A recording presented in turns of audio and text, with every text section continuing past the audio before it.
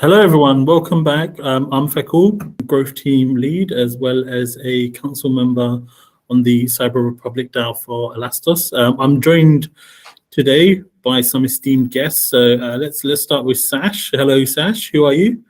Hi, everyone. I'm Sash. I am the founder of Elasticity, and I am a council member as well for the Cyber Republic.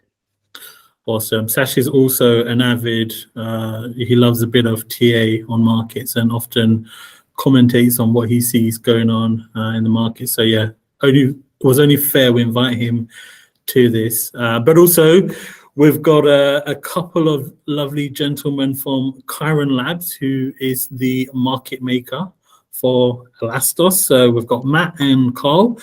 So Matt, if you want to introduce yourself. Yeah, I'm more than happy to. Thank you so much for having us. My name's Matt Engel. I've been in crypto since 2017 full time. So I'm not an OG, but I've seen some stuff. And I work with Kairon since February 2021 as head of business development. Awesome. And last but not least, of course, the very dapper looking Carl with his nice shirt and straight haircut. I love it. Typical trader. So yeah, I've been involved in crypto since about 2018, and then joined Kairon as a quantitative trader last March, and it's been wonderful so far. Awesome. Okay, so Carl's the smart one on the call. That's good to know. Most definitely. Most definitely. But I mean, jumping into crypto as a quant right in the middle of is true. A horrible bear market. What a good way to get introduced. Yeah.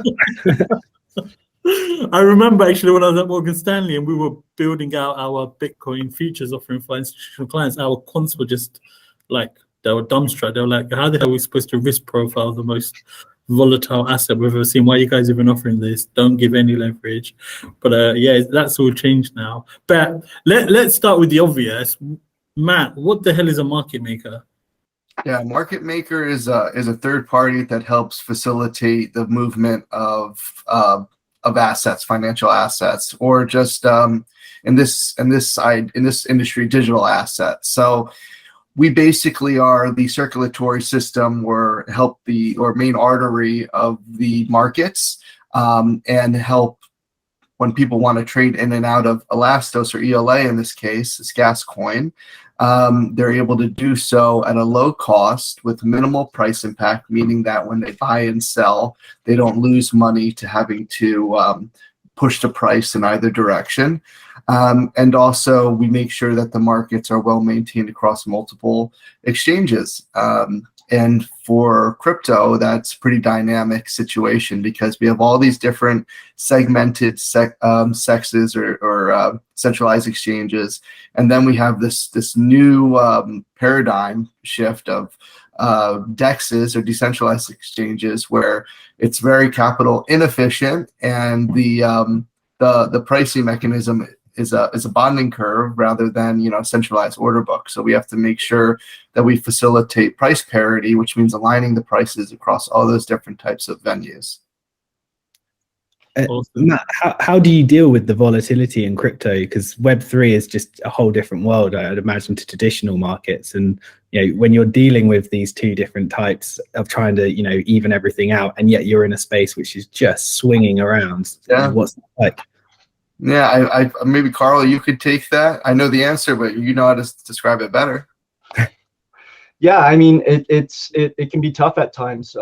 We're always working to deal with volatility, and in crypto especially, the market moves so quick, narratives change so quick, and so we're constantly adapting, constantly coming up with new strategies, constantly evolving our current ones to be able to handle and perform well during periods of high volatility. Yeah, and one of those ways that we would do that is being market neutral in the inventory across multiple exchanges. So, in crypto, depending on the quality of exchange or the thickness of a liquidity pool, there's typically one source of primary liquidity, meaning that there's just more orders in an order book or a thicker liquidity pool, something that's more stable versus the other exchanges or other trading venues. So what we do there is we have a amount of inventory spread out across all these different venues. And sometimes when you see some volatile price movements on less liquid exchanges, where the order books are thinner, just because maybe it's the community is just not present there as much, or maybe it's just an exchange that people don't want to work on, whatever the case may be. We know we've seen some shifts in the industry since probably the last time we spoke on Spaces. But I'd say that that's a great opportunity for us to come in with inventory on all those different exchanges. We capture that price difference that happens on the less liquid exchange, but have inventory on the more liquid exchange to immediately offset the additional tokens, for instance, or the additional USDT, to have the same amount of inventory on since we started with. So we offset the risk of accumulating too much of one thing. Even though the volatility is there, we use it as a way to capture revenue back into the market making inventory, and also to stabilize the price. So that's market neutral and inventory allocation perspective is something that we do a lot, especially in these choppy, uncertain market conditions, just as a risk management perspective. Yeah. I guess a follow-up question I would have is, if I think back to my old days in trading, traders will come in at a set time and leave at a set time. But when they were on their desk, non-stop working between the markets being open. But Carl, the crypto markets are open 24/7, 365. So how does one take a day off in your space, or how do you even go to the toilet? I mean, I can go to the toilet, but days off can be tough. But that's why we're in crypto, and that's why we love it. I think that the 24/7, everything's always going on, and it gives opportunity at all times, and I love it, to be honest.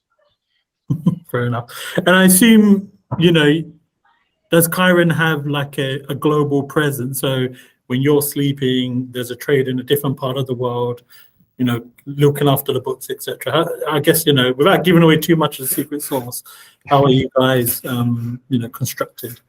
Exactly. You hit it right on the nail there. So we're spread out all across the world. For our clients, it's very important for us that we can provide the 24/7 service, and that we are always available and always active whenever anything is needed. So we're spread out well across the globe, teams or people in all countries, and yeah, it's great. Awesome.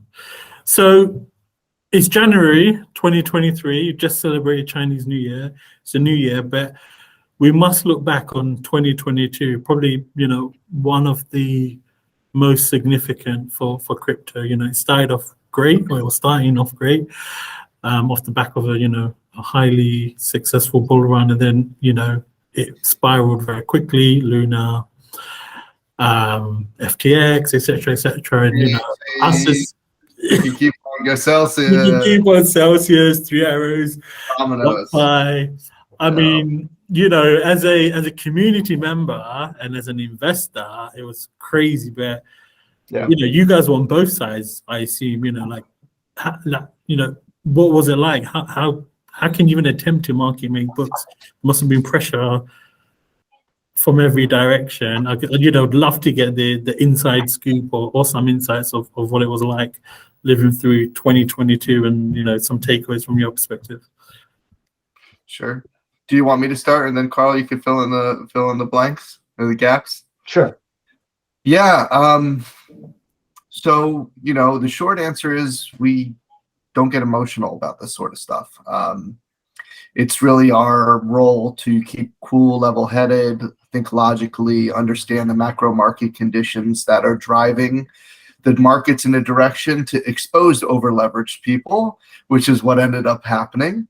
Underlying, there are people that took extremely risky bets in the market. They, believe maybe the super cycle narrative, the only up narrative, whatever the case may be.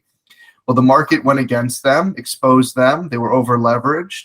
And so once those dominoes start to fall, and then you get a huge protocol like Luna collapsing, there's really, that liquidity crunch and how deep the rabbit hole goes for who's involved and how these things are interconnected and who owes who money and who can't pay back their loans, and then who that affects tertiarily. All these things are connected. So we understood when the Luna crash happened that there was going to be a lot of long tail volatility, and there's going to be a lot of contagions that we would see in the upcoming quarters. We factored that into our thought process. But even before that, we actually looked at the macro market conditions and the interest rates being raised, and we knew the market had to go in a place of low liquidity de-risking, because crypto is a risk asset, in its own bucket. But today, people are going to de-risk their positions. They're going to, seek for more liquidity and more stability in uncertain market conditions. So we ended up factoring that into our overall trading strategy with our clients early in the up-only, never 2022 bull run forever market, because we knew that nothing could last like that, especially with the macro forces, on its way. And we were ready for that.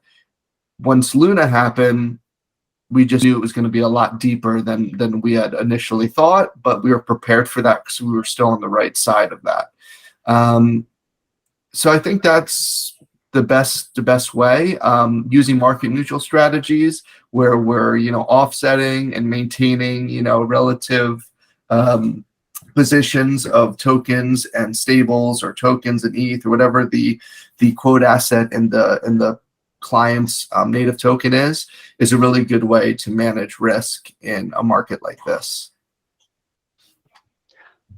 And just to add to that, I think really what led us to 2022 and all the collapses that we saw is the mass money printing from all the different global central banks in 2020 and 2021, and really set the stage for the mass exuberance and greed that came into 2022.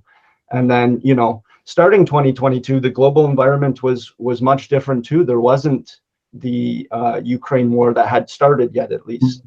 And so as those factors started to come in, and like Matt said, with the rates raising, we just saw the storm starting to line up. And so exactly that, we focused on heavily on market neutral stuff, protecting our clients' balances, protecting their inventory, and just positioning them and us for any potential unforeseen events and downside.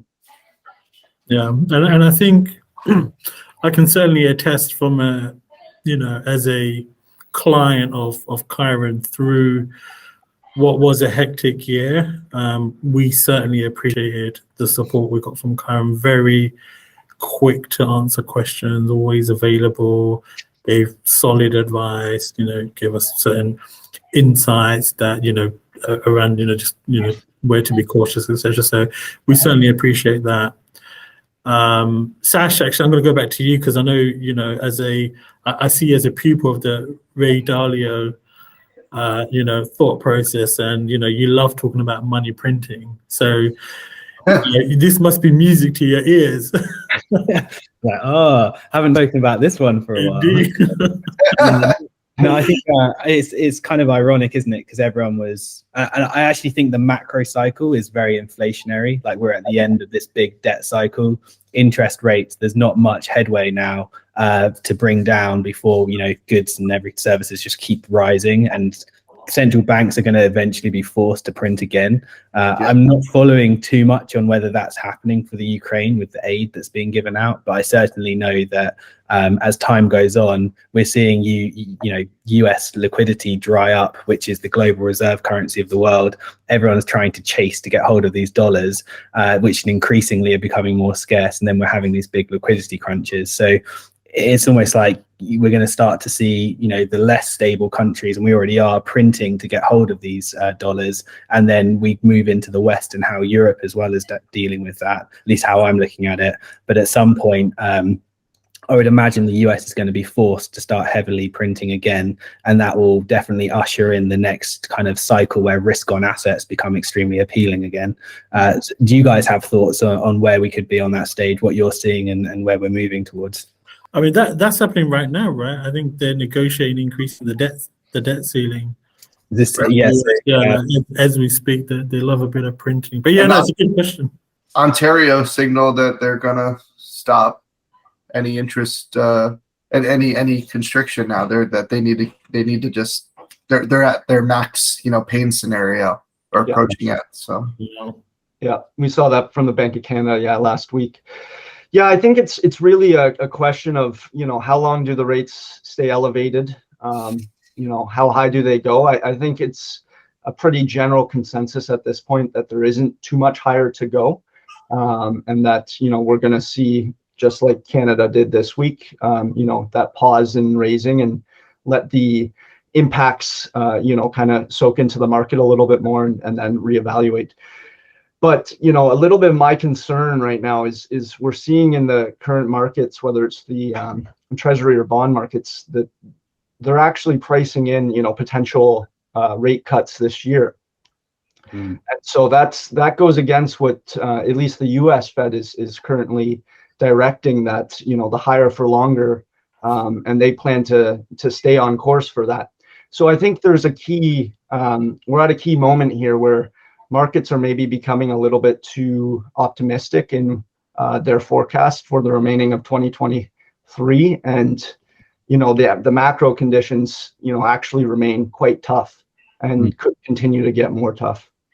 But like you said there, Sash, I agree. I think the money printer will turn on at some point, and I think the money printer will turn on once we see further pressure in equities and potentially even something break in those markets where the Fed has to come in and rescue an industry or whatever it may be. Yeah, the bond market always, to me, seems like the ticking time bomb at some point that's gonna, government bonds as a whole are, government-backed assets which can't fail. If that market starts to fail, interventions happening. But it's coming to a head. I think you're right, and it's going to be super interesting to see how these coming months play out. Seeing big companies doing huge cuts as well at the moment. The fundamentals are saying otherwise, as far as the problems that still are in the economy at the moment. And a part of me also thinks with the emergence of AI, and you're seeing generative AI already starting to pick up, how, these companies are probably doing layoffs as well to get a first mover again and to put their resources into AI. It's all quite like, we need to. The Web3 space to me is so important because it's ushering in the digital ownership economy and the ability to buy and trade assets, but also everything's so custodial in the traditional space that if it starts breaking down and we've got fractionalized banking, we've got all of these problems where we're essentially, trusting others to hold our assets, suddenly Bitcoin and, all of these coins which are tethered to data economy projects in crypto, you can hold them in your wallet and you can at least be assured that you own them. So it's very relevant. It's just how it's all going to play out that interests me. Absolutely. No, I think it's a good point, and it's important to reflect that, we're definitely in a bear market. Macro environment doesn't look great. But, often that's when most innovation occurs, especially in crypto. And that's where a lot of the winners that, we now see first came to light, since the last, during the last bear. Obviously. Even before that, the 2008 crisis, a financial crisis led to the invention of Bitcoin and really pushed this movement ahead. So I think, and now we have such great talents in this industry, and I think we're going to definitely learn lessons from what happened in 2022, and we'll be better for it. The future of crypto, digital assets never was in question for me. I know some new people to crypto that I had created relationships with in the bull market, for partnerships. maybe they worked for Web2 companies and we were introducing them to clients or whatever the case may be, they were adamant, no, this is the end of crypto. But I had seen this story before. I had seen it play out multiple times. I'm very regrettable that FTX was able to get as big as they were before they were exposed, because it's really painful, and the collateral damage was just really unimaginable. But I just knew it wasn't going to be the end of crypto, because fundamentally nothing's wrong with crypto. If anything, it just shows you the weakness of custodial services and centralization. At the end of the day, that's really the message that I took away from it. Do you guys have thoughts around the knock-on effect with regulation on what's happened in 2022? Yeah, absolutely. I think that 2022 is a big push for especially the US regulators. I think the US has been especially behind and dragging their feet. And, I think in a lot of cases, they've been embarrassed here, whether it's, through relationships with Sam Bankman-Fried or just non-action and in protecting, consumers and citizens. So I do think that you're going to see a big push in the US. I think we're already starting to see that a little bit. Regulation always moves a bit slower than people tend to think. So we'll see how fast things actually get passed. But I expect that we're going to see a lot more bills or things being put forward, definitely. Awesome. I think a lot of pro-Bitcoin things as well. We're already seeing on the state side and state governments like Arizona to make Bitcoin legal tender in the state. There are these. We need to figure out as an industry, like the delineation of exchanges versus crypto assets themselves, right? And I think, yes, we should be regulating these custodians harshly, or just we should have a lot more oversight and have a much higher standard of operating. However, the underlying assets, they don't need that same type of regulation, because that's not where the point of failure was in this case, FTX. So I do hope that, and I do think that we are going to make a delineation between those things, because exchanges have always been regulated. It's a good thing. Consumer protections and is important. FTX is an interesting one because it should shed light on the importance of decentralization. So it'll be interesting how it's weaponized, if it's used against the argument that it's kind of created, or if it's for. But I agree. The whole space is it does need regulation, and that's going to help the area, but it also shouldn't debilitate innovation. And the US has a massive voice in this. So it'll be very interesting to see how it all plays out. The Sam Bankman-Fried lawsuit is just going to be extremely interesting to follow as it all plays out. My biggest concern is the one of the major point of failures was FTT. Yeah, and that really is printing your own reserve. And I don't think regulators are going to allow stuff like that to occur in the future, or they're going to be really harsh against that. So the fact that they had their own exchange currency does bother me, and especially because it was a source of failure, because they had really thin liquidity and couldn't service their debt with it when called. So we'll have to see what kind of position regulators take, but it'll be interesting, like you said. And then just one other question: when Alameda went down, where was your guys' heads at, and what was that like from a market maker perspective, watching another big market maker just get completely wiped out? Is it good for you guys, or is it more just it's more pressure that's going to come your way as a result? Yeah, for us, it was all hands on deck. I'm sure for pretty much everybody in the crypto industry. And so, our number one focus was our clients and making sure that they're protected, and that we're doing everything we can to take those steps and do whatever we need to do. So that's really where our heads were at, is protect our clients, protect our funds as well, but really just take the steps to protect. Yeah, I'd say as well, that we did pick up some clients that needed a new home for market making. So there was some positives from that standpoint, but net massive negative. We're not a legacy company working in FX and equity. We are a crypto company. This is our baby. This is all we care about. Yeah. So our goal as a company is to service our clients and create quality or positive outcomes. But there's a meaning behind that. It's to drive adoption and bring more liquidity from outside the space into the space to make it a safe, well-managed market for people to enter and exit. So when they did that, when Alameda went down and FTX collapsed and it created this calamity, it put off a lot of people.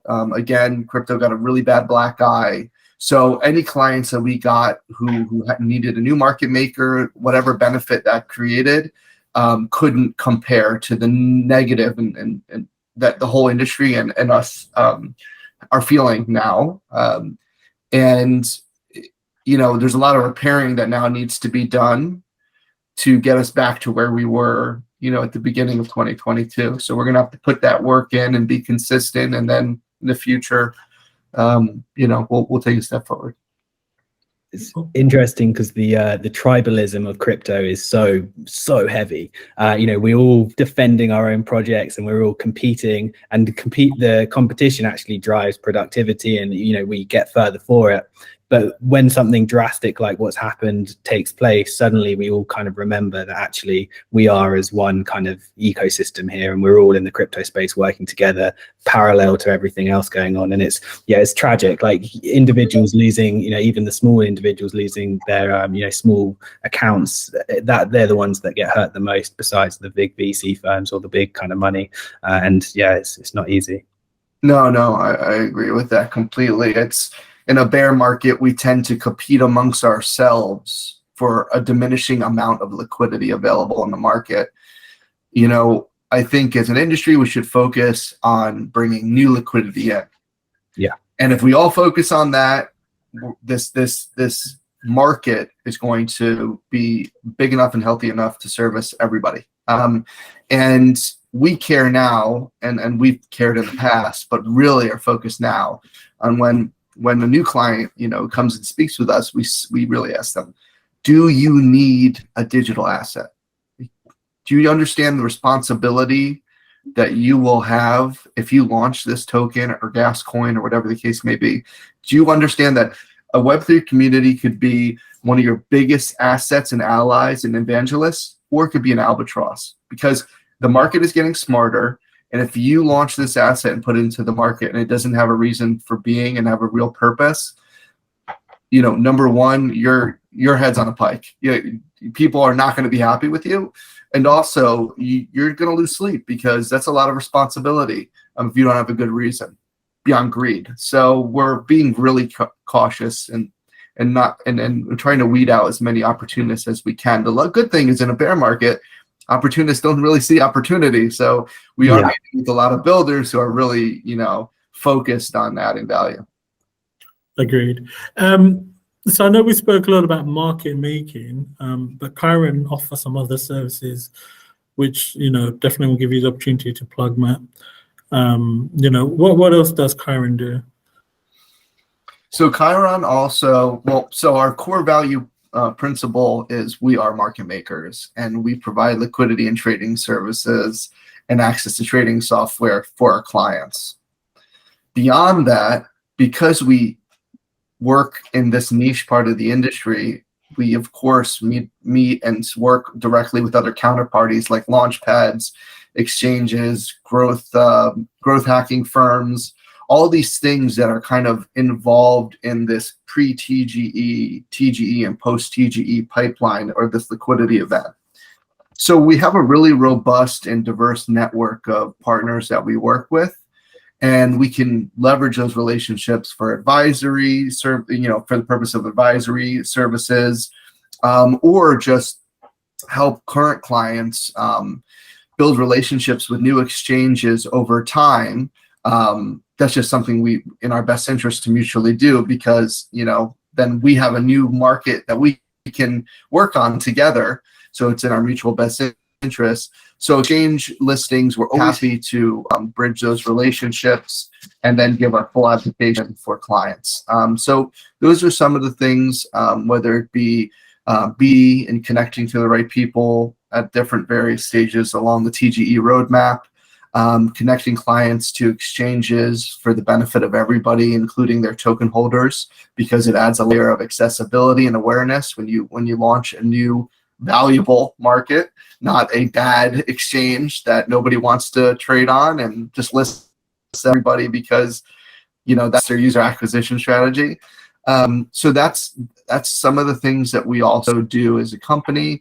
And then outside of that, we've done some work pairing up crypto companies with sports teams, music festivals, and some other counterparties. And for that, that's all about driving adoption, getting new liquidity in.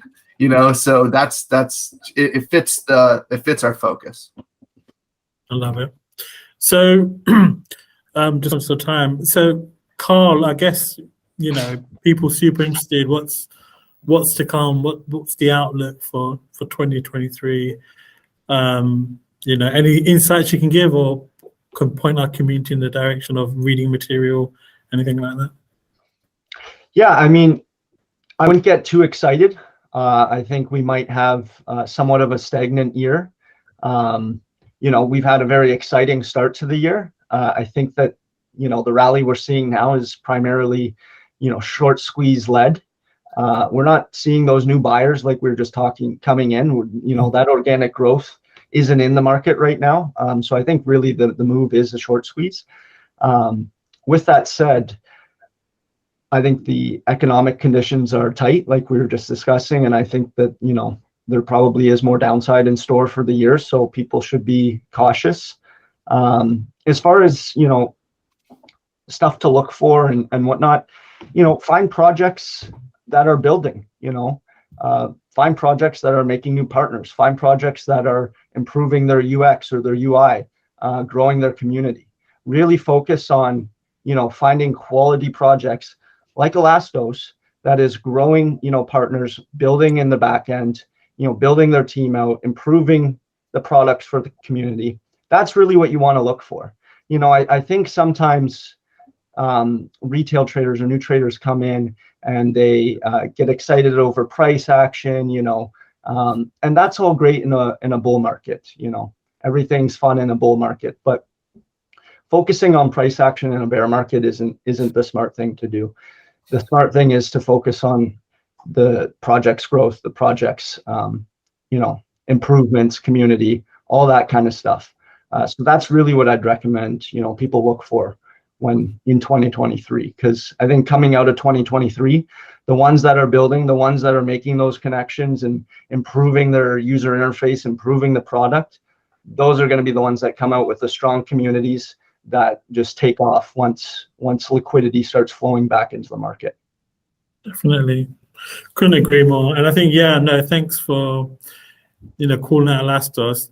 We've been super busy. We've got loads of new technology coming out, our new elastic consensus model, new carrier, identity solutions. So it's an exciting time. But I think we can call time on this now, because I know you guys are super busy and Carl's probably had to weigh up joining this podcast versus eating. He's going to have to get back to the trading terminal. But no, as always, appreciate the time. Thank you, Sash. Thank you, Carl. Thank you, Matt. I guess for the community, how can they reach out to Kairon if they're interested in partnering, learning more? Yeah, so we're actually been very focused now, hiring an internal CMO and having more of a brand presence and a voice in the industry. We don't want to sit behind the scenes anymore. We have something to say, and we want to push the narrative and a higher level of standards in crypto. So you can definitely check us out on Twitter. Maybe we can get the Twitter linked to the. We'll add it at the bottom. Check the description. Click the links. Smash the like button. All that stuff. But we'll have our Twitter linked if that's possible, and you Sure. can just keep up with all the weekly reports that we put out. Carl and his colleagues on the trading team put out weekly macro reports. We also have an ebook which is gonna go into way more depth and detail of our analysis of 2022 and 2023 market forecasts, some predictions in there with all the disclaimers necessary, of course. So please go ahead, and we'll also have that link directly from our blog, and you can see what we think in a little bit more detail. Awesome. Look forward to seeing that. Awesome. And Sash, for those that want to learn more about Elasticity and general TA, where can they come to? Yeah, well, I mean, I think we're in good hands with Kairon when it comes to the actual TA and the. Yeah, Sash does not give financial advice. If anyone's asking, it's Yeah, educational content only. Yeah, no, I'm going to definitely look at that ebook. I think I'm interested to learn what you guys are thinking in the forecasting side. Besides that, I'm building Elasticity. We're here to build a digital economy where you can buy, trade digital assets. So we're an NFT marketplace, but we're bringing in DRM, so digital rights management, effectively turning NFTs into keys that unlock blobs of data, encrypted data with certain rights. So we're here to empower content creators and to facilitate the next generation digital economy. So head over just to Elasticity, ELACITY official on Twitter. Drop us a follow. Jump into our Telegram. We can jump into the Elastos Discord, have a chat. And yeah, we're building away as well using Elastos technology and all the tools which Fakul mentioned before. So yeah, super excited and looking forward to the next wave and the cycle that we're going to be a big part of, I believe. So yeah, thanks a lot, everyone. Appreciate everyone's insights too. Nice meeting you. Cool. As always, thank you for having us on. All right. Thank you guys very much. Really enjoyed it. Thanks a lot, guys. Stay safe. Thanks.